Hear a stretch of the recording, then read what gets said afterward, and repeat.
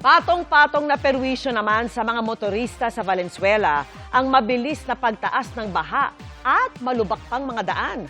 Ang mga pinataasang kalsada inirereklamo rin ng ilang residente dahil mga bahay raw nila ang nalulubog sa tubig. Ang latest, tinutukan live ni Bea Pinla. Bea. Vicky, pabugso-bugso ang buhos ng ulan dito sa Valenzuela City ngayong gabi. Bagamat bumaba na, hindi pa rin tuluyang humuhupa ang baha rito sa G. Lazaro Street sa Barangay Dalandanan.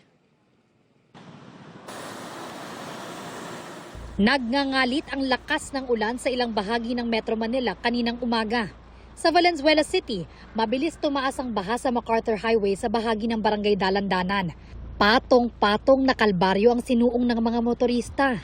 Malakas na ulan, perwisyong baha, usad pagong na traffic at lubak-lubak na daan. Delikado po yung ganun. May baha na nga tapos lubak-lubak pa. Hindi makita, lalo ni mga nakamotor, hindi makita kung nasaan yung lubak. Sobrang delikado po lalo na pagka hindi siya nakikita.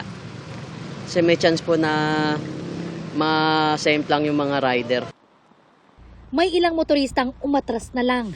Sakit sa ulong baha rin ang naranasan sa Malabon. Nang bahagyang kumalma ang panahon kinahapunan, unti-unti nang bumaba ang baha sa MacArthur Highway.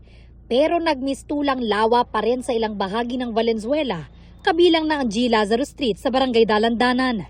Si Shiala, nakakandado na ang bahay na puno raw ng tubig baha sa loob. Nakikitira na lang daw silang mag-asawa sa kapitbahay nila na may second floor. Tiis lang kasi dito kami naghanap buhay. Pagod man pero tinitiis lang. Kwento ng mga residente roon, ilang beses nang pinatataasan ang mga kalsada nila.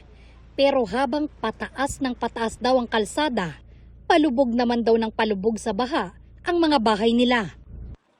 Nababa na kasi yung lugar namin, tapos mataas na yung kalsada, kaya ang tungo ng tubig doon sa amin. Wala pong magagawa, talagang tiis na lang.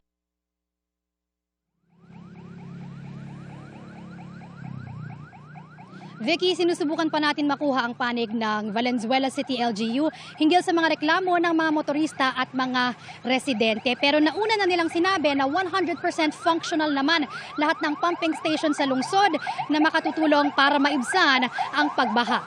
Yan ang latest mula rito sa Valenzuela City. Balik sa'yo, Vicky. Maraming salamat sa iyo, Bea Pinla.